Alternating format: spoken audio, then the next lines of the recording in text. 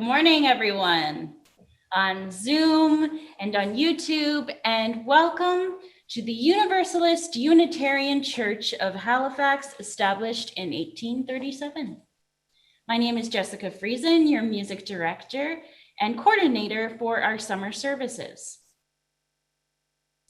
Our minister, Reverend Norm Harofker, is on a study leave in July and vacation in August. So during this time, we will be having a variety of services featuring other UU congregations across Canada. And today is Grand River Congregation. So Marie-Claude Leroux is off until mid-August. She is our Director of Religious Exploration. And John Piccolo and Paul Galbraith are both our volunteer technicians. Eleanor Reynolds is our service assistant today, so thank you. During the service today, the chat function will be open, and I invite you to extend our hospitality by saying hello to anyone that you do not recognize or by leaving a message for us. If you are not already receiving notifications from our church and you would like to receive updates on our activities and services, please send an email to me, jessicafriesen876@gmail.com. The order of service for today was sent out over UU Info last night, and there includes an announcement which Marie will talk about later. So to get this service started, I decided to play La Fille aux Cheveux de Lin by Debussy. One of my favorites. So please relax and enjoy this moment.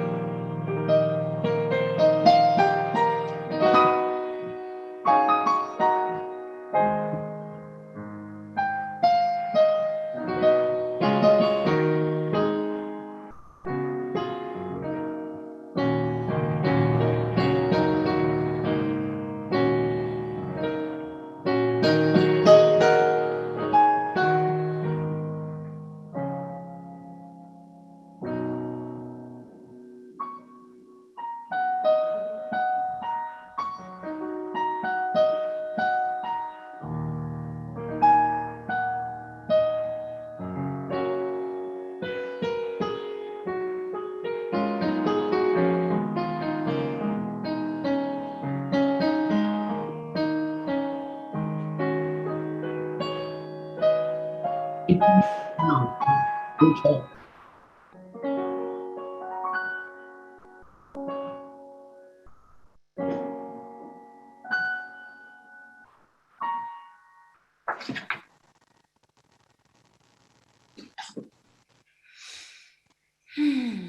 Thank you very much. And now Eleanor will read our offertory. Good morning. The summer months are often a time of reduced giving. Your early donations are welcome. They can be made by e-transfer to treasurer@uuch.ca or by check mailed to the church. The details will appear on the screen.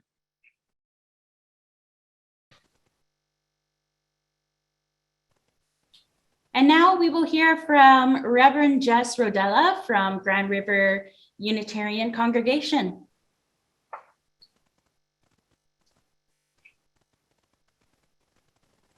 Welcome. Welcome to Grand River Unitarian Congregation. I'm Rev Jess, and I want to thank you for joining me today, for being present to one another, for making this choice to be connected to our congregation. It's a gift. It's what we have now as a community, these online encounters. And like many of you, I arrived today, I'm sure, with a heavy heart after a hard week. A week of vigils for the 215 Indigenous children found buried in Kamloops. A week of more COVID and continued closures. A week of anger and agony, heartbreak, and waiting. Are you feeling exhausted? Me too. And in the midst of this mix of emotions, still we gather as we are able to in these ways, to dare contemplate the hope that these many rude awakenings will prompt us to new ways of seeing and being. Take a deep breath in, friends.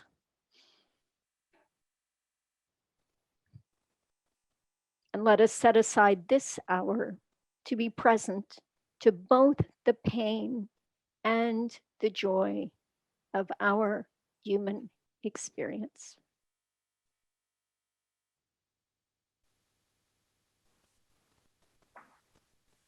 Thank you, Reverend Jess. So Eleanor, will you please read the chalice lighting words while I light our chalice here in the sanctuary? This chalice lighting is from the Oberlin UU Fellowship. We light this chalice to find inner peace, love for each other, and faith in ourselves. Also, to be welcoming to whomever we meet and kind to all living creatures. So gather round this light of hope as we share this time together.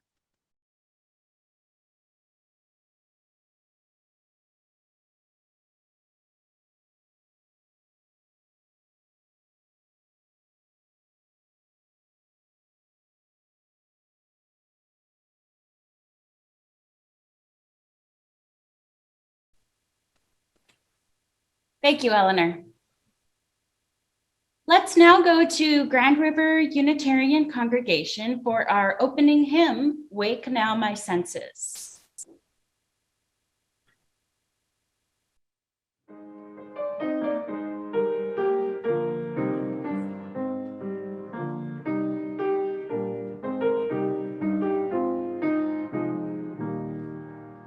Wake now my senses and hear the earth call. Feel the deep power of being on.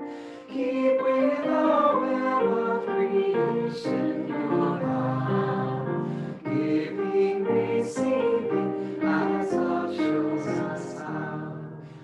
Wake now my reason, reach out to the new. Join with each pilgrim who quests for the true. Honor the beauty and wisdom of time. Suffer the limit and praise the sublime. Wake now compassion, give heed to the cry.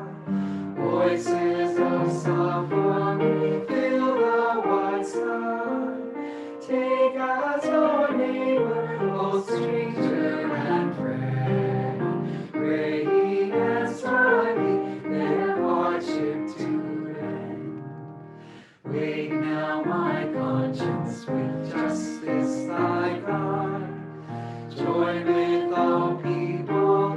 rights are denied. Take not for granted our privileged place. God's love embraces the whole human race. Wake now, my vision of ministry clear. Brighten my pathway with radiant seer. Mingle my calling with all who will share. Work toward a planet transformed by our care.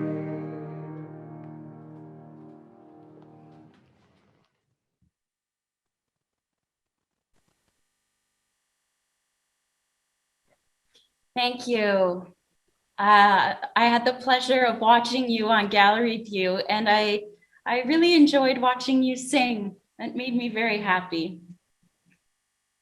So today we are going to hear from Marie Welton with the Land and Reconciliation. So please, Marie.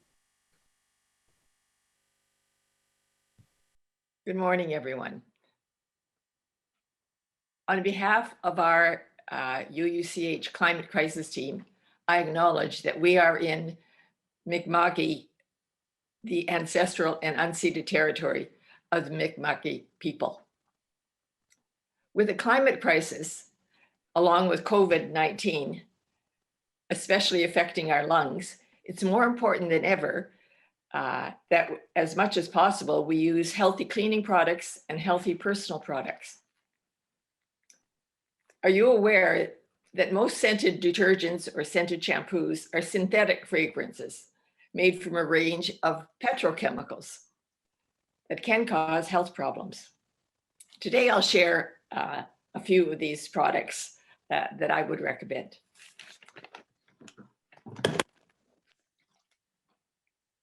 Simple Green. This is a non-toxic, biodegradable, all-purpose spray cleaner for household use or even chrome on a car. Laundry detergent, there's many. Tide Free and Gentle is a scent-free laundry detergent that I use. Also for a dishwasher that many of you use. There's, I see it's reversed, but it's E-Cover Zero or Nature Clean.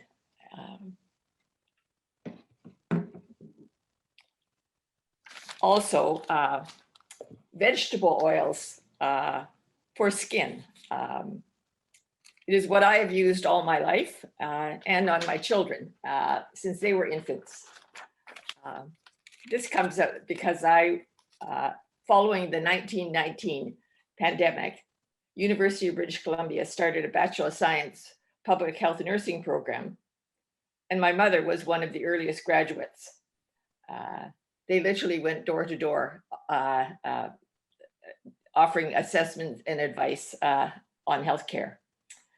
Grapeseed oil is one that when I had grandchildren, I found out about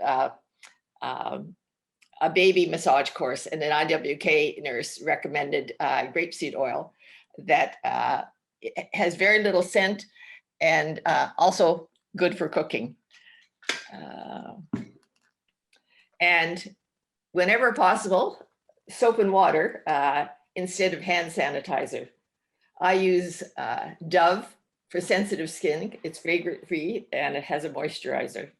And basic things for generations, people have used baking soda or vinegar for cleaning. I want to add now what Jessica referred to. It's in today's order of service announcements as to today with our climate crisis and COVID. There are 2 workshops to help you tell our government what you think about the Sustainable Development Goals. On Tuesday, July the 13th, from 7 p.m. on Zoom, from Ecology Action Center will conduct a workshop on the Nova Scotia Sustainable Development Goals. help us make thoughtful and timely responses to this. Areas to be discussed are sustainable prosperity, circular economy, inclusive economy, climate change, clean energy, and biodiversity. What do we want for Nova Scotia? To register for the Zoom link and password, respond to Eva at Eva, EVANSAE at eastlink.ca. Then on Wednesday, July the 25th, also on Zoom, Climate Emergency Writing Workshop, sponsored by Ecology Action, and the Climate Emergency Unit for the David Suzuki Foundation. Register to get this link. It's very long, so it was best if you go to the order of service to see this, get this information. Thank you. Thanks, Marie. I'm happy you brought up all those helpful tips for everybody. So we will now hear from Reverend Jess, and after that, Grand River's Director of Exploration, Kate Urquhart, will read an inspiring story that children and adults everywhere will enjoy.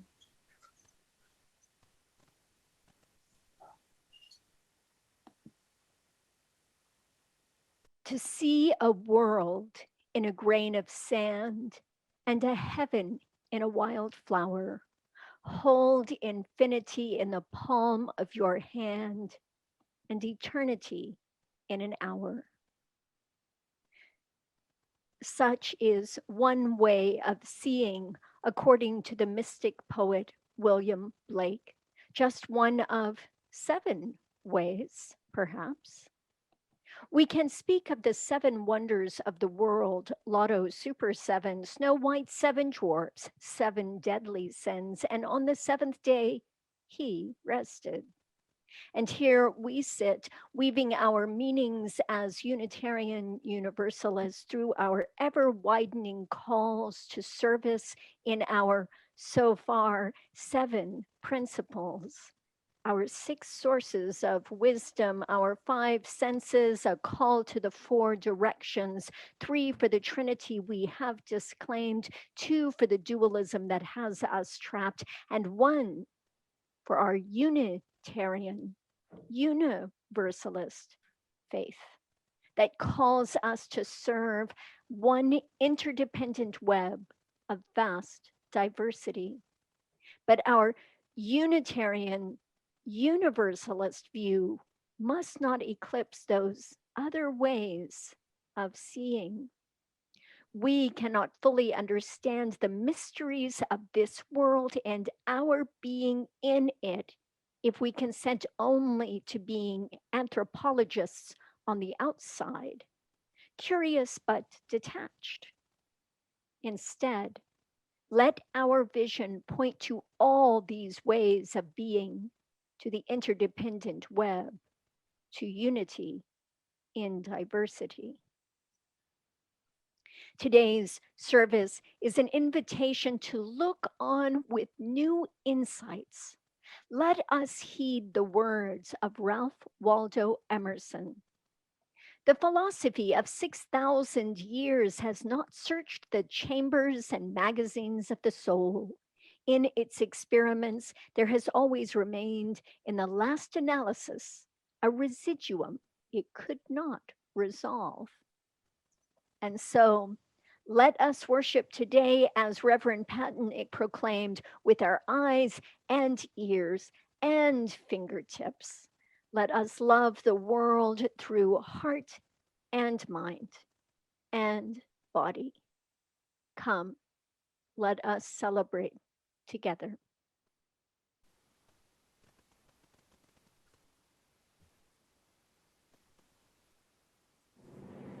Emmanuel's Dream. The True Story of Emmanuel Afoso Yabawa by Lorianne Thompson. Pictures by Sean Qualls. In Ghana, West Africa, a baby boy was born. 2 bright eyes blinked in the light. 2 healthy lungs let out a powerful cry. 2 tiny fists opened and closed, but only one strong leg kicked. Most people thought he would be useless, or worse, a curse. His father left, never to return.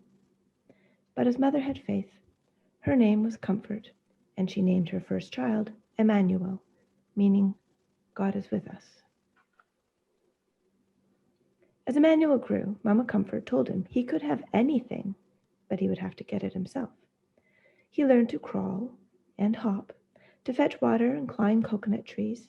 He even shined shoes to earn money. Most kids with disabilities couldn't go to school. Still, Emmanuel's mother carried him there until one day she said, "You are too heavy." From then on, Emmanuel hopped to school and back, 2 miles each way, on one leg, by himself. At first, nobody would play with him, so Emmanuel saved his money and bought something none of his classmates had, a brand new soccer ball. Of course he would share it, if he could play too. Lunging and spinning on crutches his grandmother had found for him, and kicking the ball with his good left foot, Emmanuel earned their respect. His friends sometimes used their lunch money to rent bikes. Would Emmanuel be able to join them? His friend Godwin pushed him so fast he could balance. Over and over again, Emmanuel fell, hard, but finally, he rode. When Emmanuel was 13, Mama Comfort got very sick. She could no longer sell vegetables at the market, and Emmanuel's sister and brother were too little to work. He would have to support them. Against his mother's wishes, Emmanuel snuck out and boarded a midnight train to the bustling city of Accra, 150 miles away, alone. He didn't know it then, but it would be 2 years before he saw his family again. Emmanuel arrived full of hope. There were so many people, but nobody would hire him. Shopkeepers and restaurant owners told him to go out and beg like the other disabled people did. Emmanuel refused. Finally, a food stand owner offered him a job and a place to live. When Emmanuel wasn't serving drinks, he kept busy shining shoes. He earned money and sent it home. One morning, when Emmanuel went to buy shoe shining supplies, the shoekeeper thought he was there to beg and scolded him. Insulted, Emmanuel slammed his money down on the counter. The shopkeeper apologized, but Emmanuel would never forget. When Mama Comfort grew sicker, Emmanuel went home to be with her. From her bed on Christmas Eve, she told her son, "Be respectful, take care of your family, don't ever beg, and don't give up." By the next morning, Emmanuel's beloved mother was dead. He was heartbroken, but he knew that her last words had been a gift. He would honor them by showing everyone that being disabled does not mean being unable. It was a big dream, but Emmanuel had a plan. Emmanuel had a sharp mind, a bold heart, and one strong leg. All he needed was a bike. At first, no one would help him. They thought his plan to bicycle around Ghana was impossible. Then Emmanuel wrote to the Challenged Athletes Foundation, all the way in San Diego, California. They sent him a bike, plus a helmet, shorts, socks, and gloves. Emmanuel started training for the long ride. He persuaded the king of his region to give him a royal blessing. He went door to door asking for additional support. Finally, he hired a taxi to follow him with drinking water, a camera, and his best friends.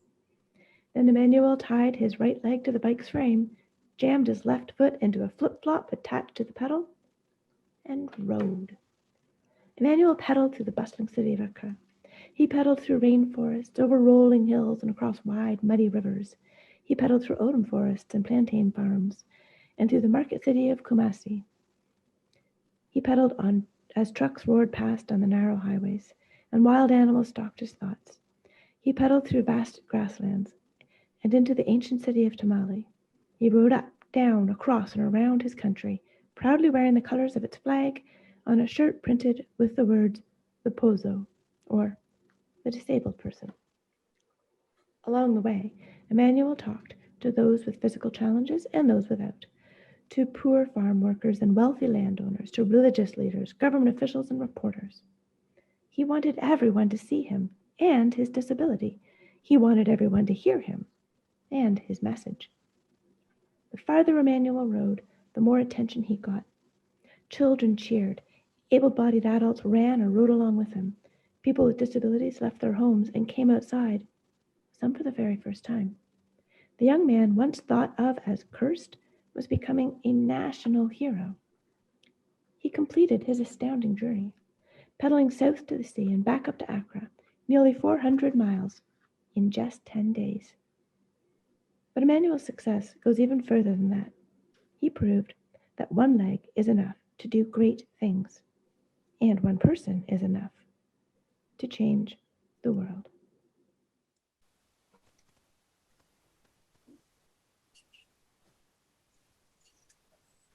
This is a sacred time in our service, a time set apart to honor the many sorrows and the many joys that you, the congregation, are living, and to acknowledge the mutual support of our community. Today, I will light one candle for all those who are here with us, or in our thoughts, who are struggling mentally, physically, financially, or emotionally.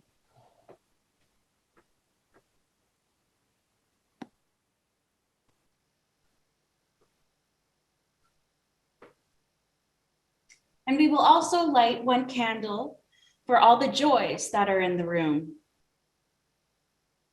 The big joys that come only infrequently, and the little joys that we are blessed by every day if we are able to see them.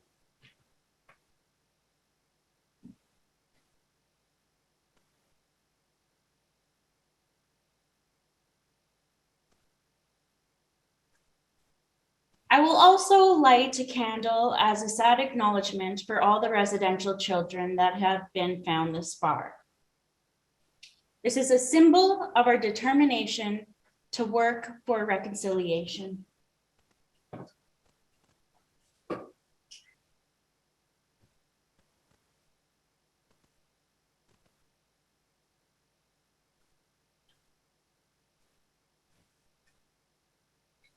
Each week, I invite anyone with a joy or sorrow to share at this time, to relay their thoughts to me by email. Later, when we stop the live streaming on YouTube and before the coffee hour begins, I will invite anyone else to share a joy or a sorrow and have a candle lit if they would like to do so.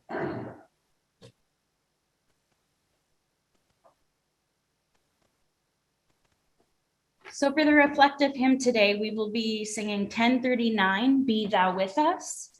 This may be a fairly new one, but it's easy to catch on.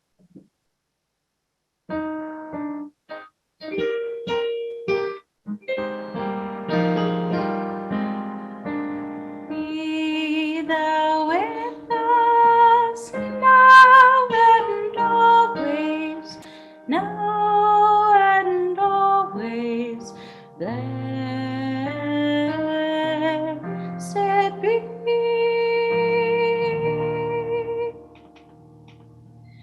Be thou with us now and always, now and always. Blessed be. Sing that one more time with me. Be thou with us now and always, now and always. Blessed be.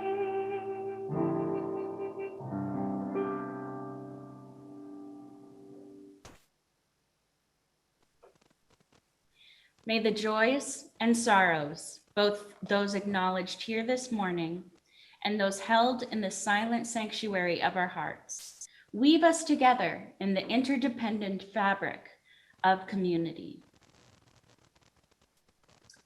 Before Reverend Jess's reflection entitled 7 Ways of Seeing, Eleanor will read a story about an imaginative way of seeing.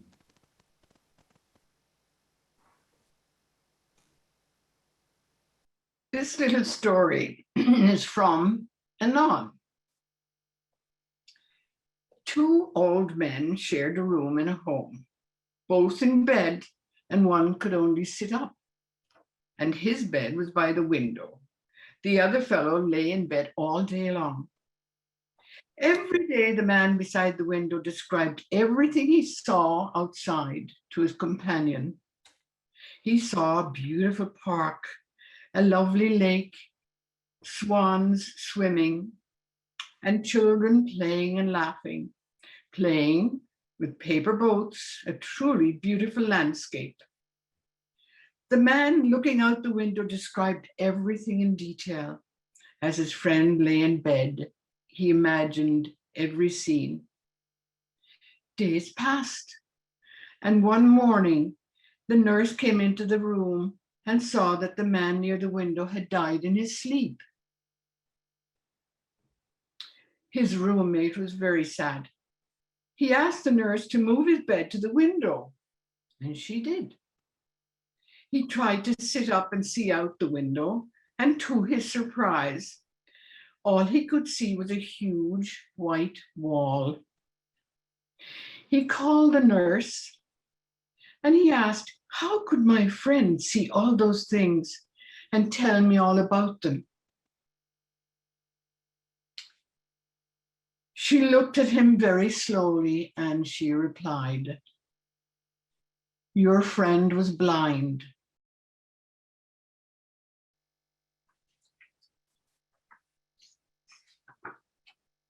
I stood at the counter of a gift shop. It's one of those intricately, delicately placed shops full from ceiling to floor of culled bits of collectors' oddities, local artisans' wares, pottery, kitsch, and catch-all, from the owner's varied tastes and experiments in eclecticism. It is an inspiring place to stroll, and I consider my occasional modest purchase to be akin to paying admission at a small, amusing museum. On this day, I came with more purpose than usual to purchase a small kit to grow an indoor tree. I'd been in the store alone for some time, but my timing in turning to the counter put me behind two women, friends who engaged the shop owner in small talk. One of the women is buying an entire carton of individual vials of mosquito repellent cream, and the owner meticulously removed the stickers one at a time from every single bottle. It took a very long time.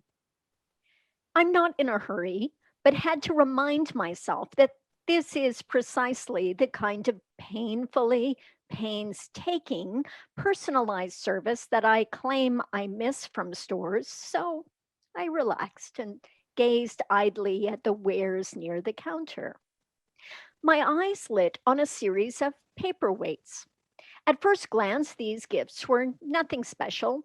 Flowers under glass, a lovely violet, a small bouquet of wildflowers, and then a dandelion, a perfect globular seed head dandelion with its flurry of cottony parachuted strands suspended under glass. I wondered about the trick of it, the optical illusion. The women finally leave, and it is my turn to make small talk. So I ask, without much hope or expectation, pointing to the dandelion paperweight, is that real? Curiosity is its own reward, and patience pays off in story. The shopkeeper said it is, in fact, real, that the artist spent 10 years figuring out the secret of how to capture the deployed dandelion in resin.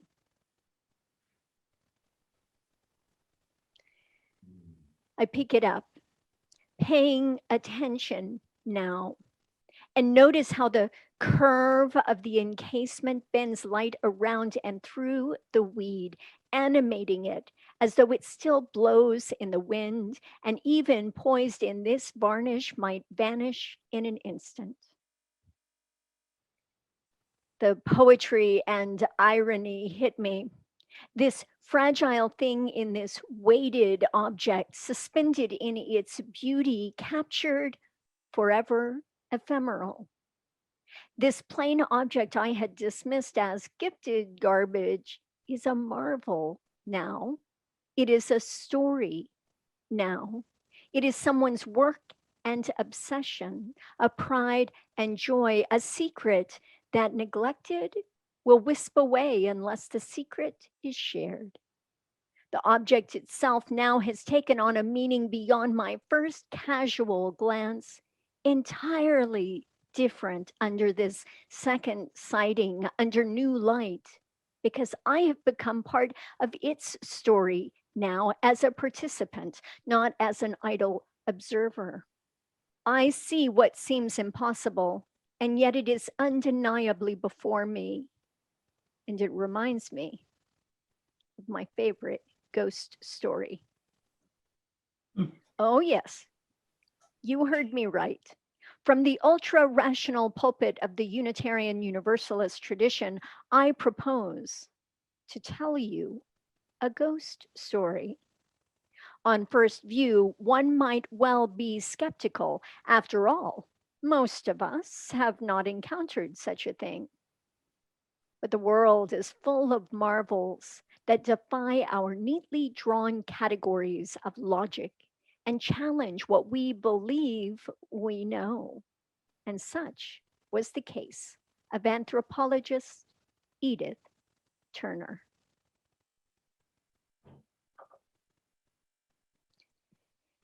In 1985, Edith Turner returned to Zambia among the Ndembo tribe, where she and her family had lived and studied for 3 years in the 1950s.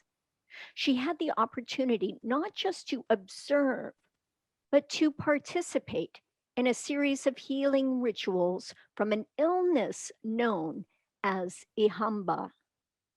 According to local doctor Singleton Kahona, an ihamba is the tooth of a dead hunter that travels the victim's veins, rampaging, cutting, and eating its way through the afflicted body.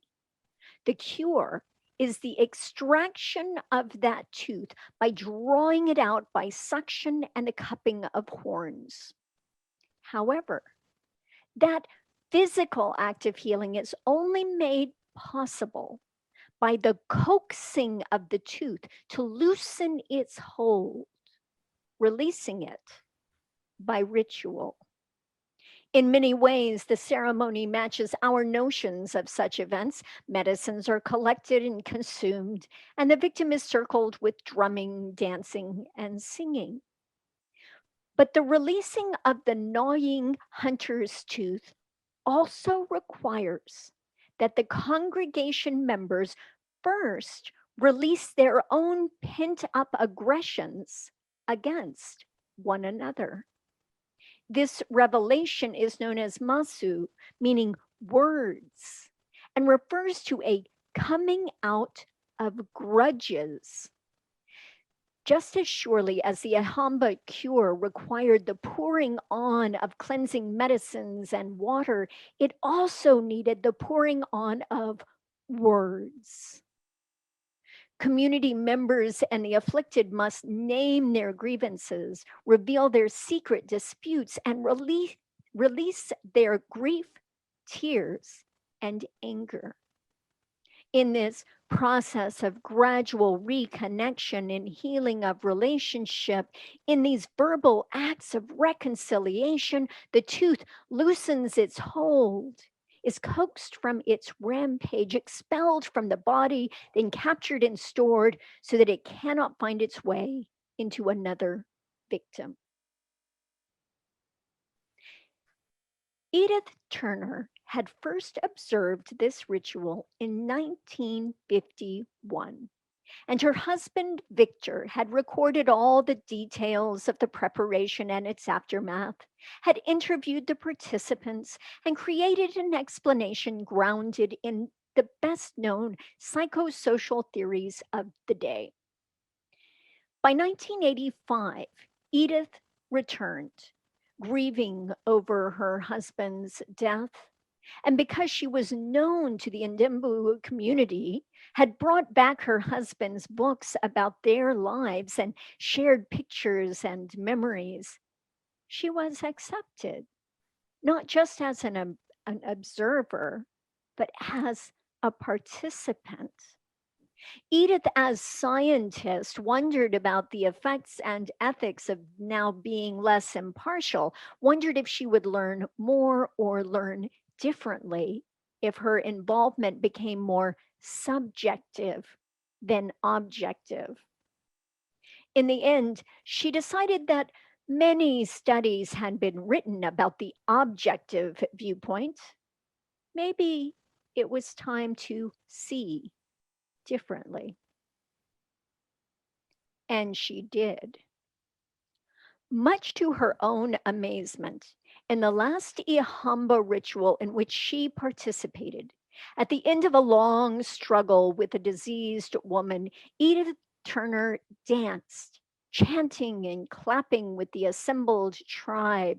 And Edith, a Westerner, a trained scientist, an experienced anthropologist, an expert cynic, watched, awestruck, and saw a small spirit emerge from the skin of the victim's back and captured by the doctor. The scientist had seen a ghost. Edith Turner's decision to view that healing ceremony from the inside, rather than maintaining her distance as an outsider, allowed her a whole new and holy way of seeing. While we are accustomed to considering just 5 senses and speak generously but vaguely of a 6th sense, Turner concluded that there are 7 ways of seeing. Specifically, she names them. First, the physical act of seeing with one's eyes. Second, the mental construct of connecting with a thought, as in seeing the point of an argument. She lists 3 types of dream states: daydreams, the unconscious dream, and portentous dreams. Intentional visualization is another way of seeing, one commonly used as a spiritual practice. And according to Turner, the 7th way of seeing is the physical act of seeing with one's own eyes, a manifestation of a spirit, a vision, or a ghost. Transcendentalist Ralph Waldo Emerson hinted at such glimpses in describing what he called the oversoul. He wrote, "We live in succession, in division, in parts, in particles. Meantime, within people is the soul of the whole, the wise silence, the universal beauty to which every part and particle is equally related, the eternal one. And this deep power in which we exist and whose beatitude is all accessible to us is not only self-sufficing and perfect in every hour, but the act of seeing and the things seen, the seer and the spectacle, the subject and the object are one. We see the world piece by piece as the sun, the moon, the animal, the tree, but the whole is the soul." And so we need the internal in order to reflect the external and vice versa, not to substitute one for the other, but to employ both vantage points to create an approximation of what we actually know and see. The need requires that we reclaim more than just one way of seeing from the fragmentation inherent in our history and in our being. Unitarian Universalist theologian Tandeka says that in the history of liberal theology, the idea of a Christian Trinity, Father, Son, and Holy Ghost, was gradually abandoned.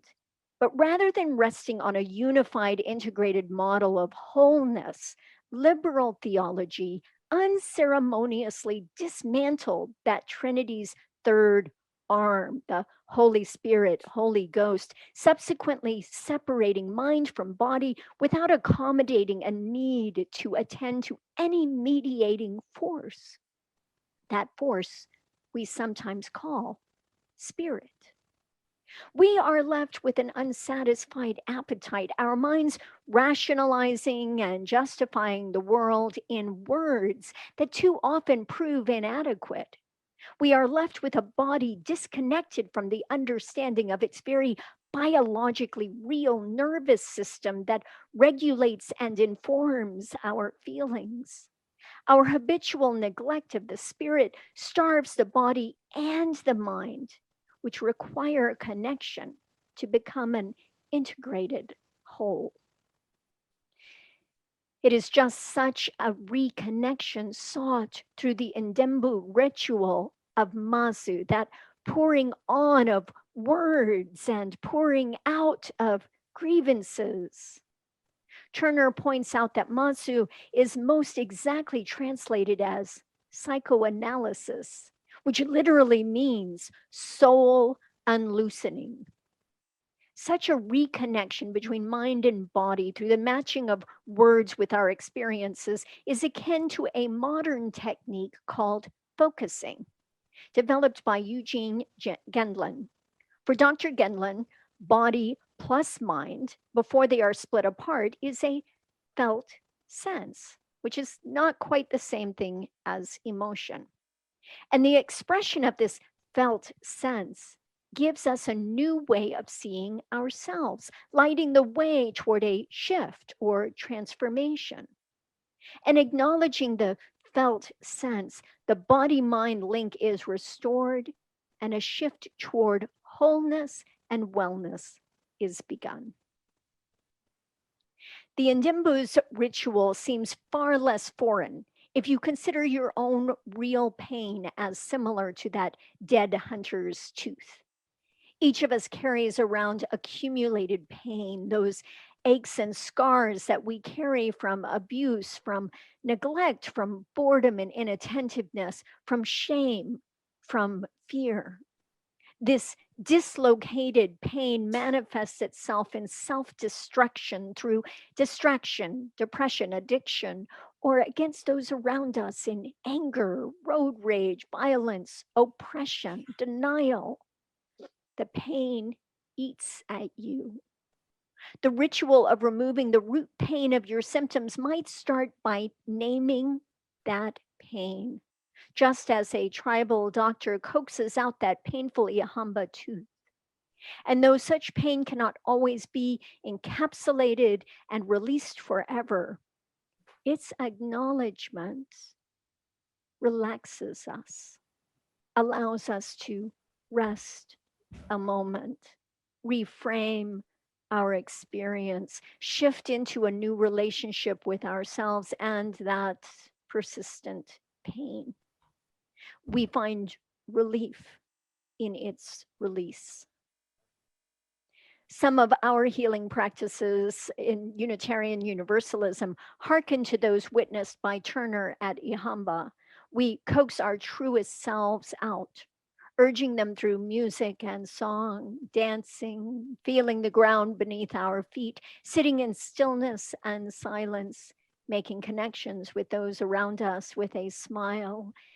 And oh, how we long to literally be back in touch with one another. We light candles of memory and prayer, meditate with artwork, walk a labyrinth, commune in coffee hour conversations.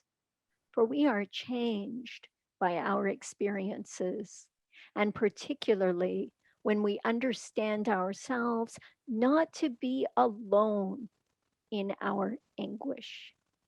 And we do so, just like the Ndembo tribe, by the pouring on of words, by naming our experiences through proof and poetry, through story and testimony.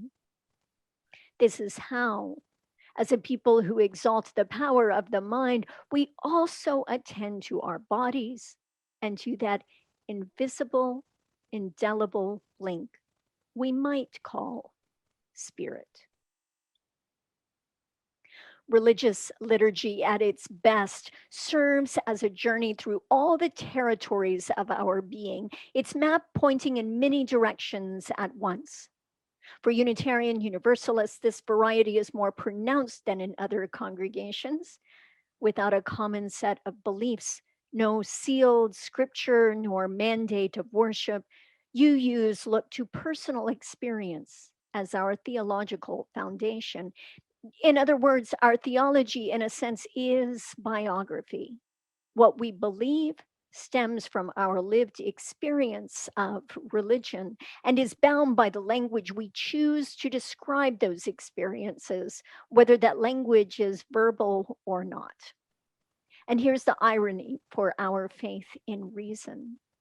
Our revered scientific method allows us to describe what we see and demonstrate repeatable experiments, but no means of sophistication in methodology allows us to prove a personal experience. Science measures matter, but cannot tell us what matters. And while we may search forever to prove the effectiveness of ritual and religion, to prove or disprove an experience in that seventh way of seeing described by Edith Turner, I invite you to consider that you already know how to see severally. That day I visited the gift shop where I saw that impossibly dangling dandelion. I bought a tree planting kit. The small box contained a small planter, 2 handfuls of soil, and 5 black seeds. During the course of drafting this sermon, I had stopped for the unlikely chore of planting a tree in my kitchen. And I noticed how natural it felt that I could see the seed and I could see the tree. The seed's invisible potential is apparent from the perspective of my experience. Although, should I cut it open, I will find no tree, but plant it whole and watch the invisible grow. Edith Turner, before seeing a ghost, said, "It's true that I once had an experience of religion, after which I didn't see the point of disbelieving other people's experiences. It gave me something else to be inquisitive about." Indeed, there are more things in heaven and earth than are dreamt of in our philosophies.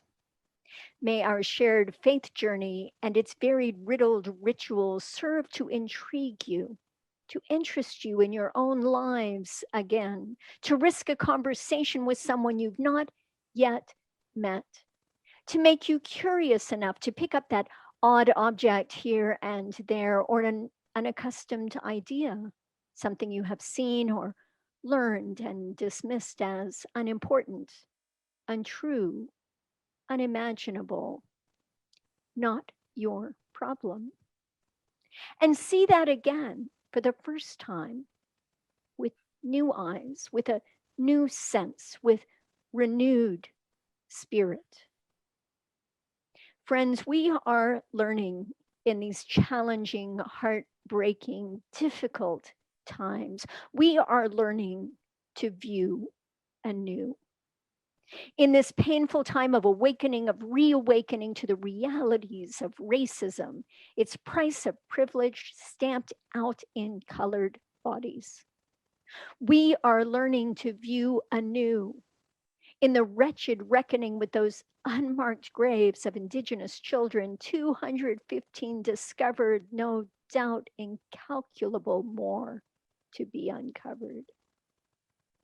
We are learning to view anew in a whitewashed teaching of our history. We've made horror into hero, violence into victory, genocide into generosity. But we are learning to view anew in the ways we've been taught to prioritize property over people, of order over justice, of possession over compassion, of corporate over the corporeal. But we are learning to view anew. May we consent, like anthropologist Edith Turner, to participate in this great project before us, to become part of the healing power, to name the pain and purge the hunter's tooth of the colonialism we inherited. May we learn to view anew the vaster scope of one another's hearts beyond our narrow purview. May it be so in new vision, in new light. As we learn better, we do better.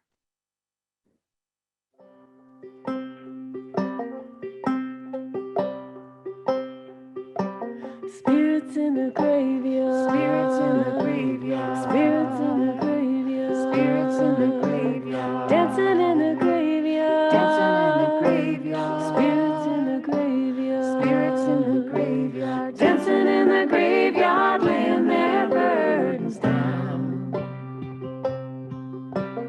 Families in the graveyard. Families in the graveyard. Families in the graveyard. Families in the graveyard. Singing in the graveyard. Singing in the graveyard. Families in the graveyard. Families in the graveyard. Singing in the graveyard, laying their burdens down. Angels in the graveyard. Angels in the graveyard. Angels in the graveyard. Angels in the graveyard. Spinning round the graveyard. Spinning round the graveyard. Angels in the graveyard. Angels in the graveyard. Spinning round the graveyard, laying their burdens down.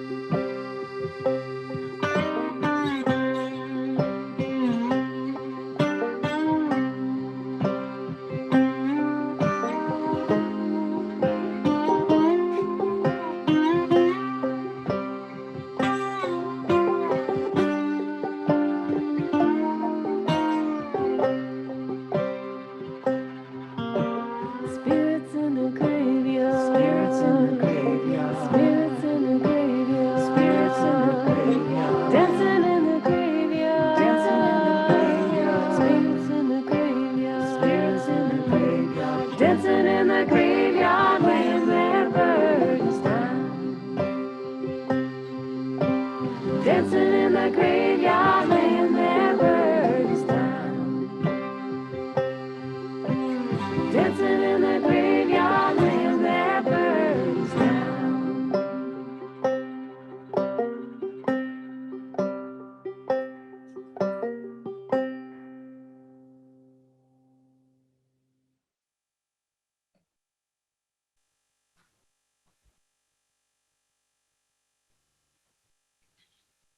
Thank you, Reverend Jess. So I've decided to play When the Spirit Says Do. It works very well with her reflection.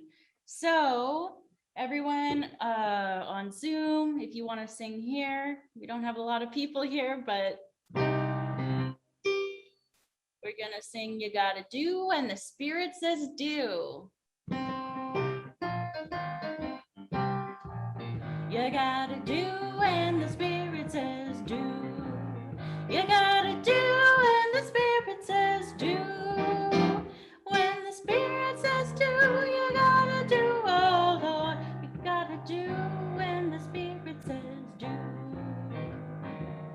Spirit says do.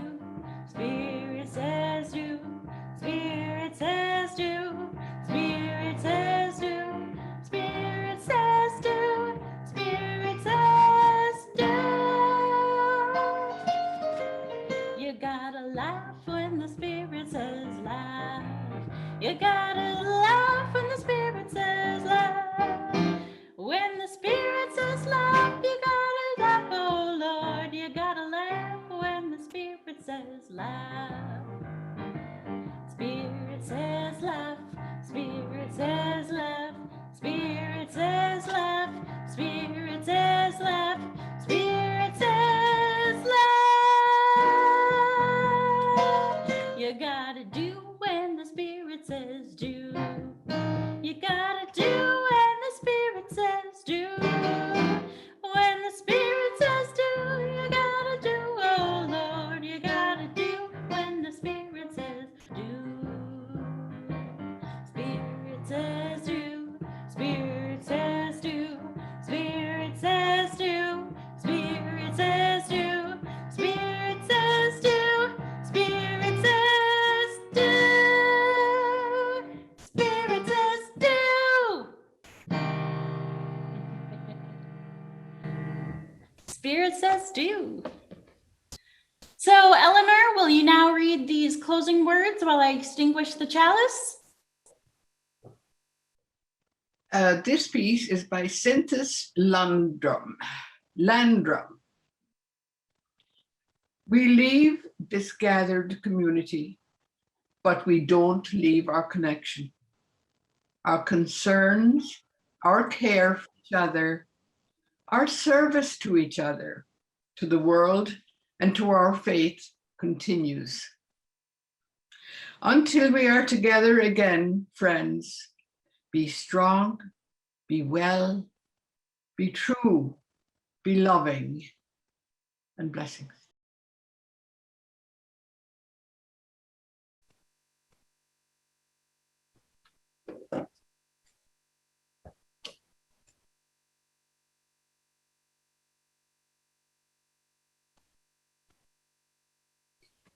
Thank you to all who attended our summer service today, here in the sanctuary, by Zoom, by YouTube. I will say goodbye to those who joined us on YouTube now as we end our live streaming. For those who joined by Zoom, in a few minutes, we will return to sharing joys and sorrows, followed by our virtual coffee hour. So thank you again, and the streaming service will now end.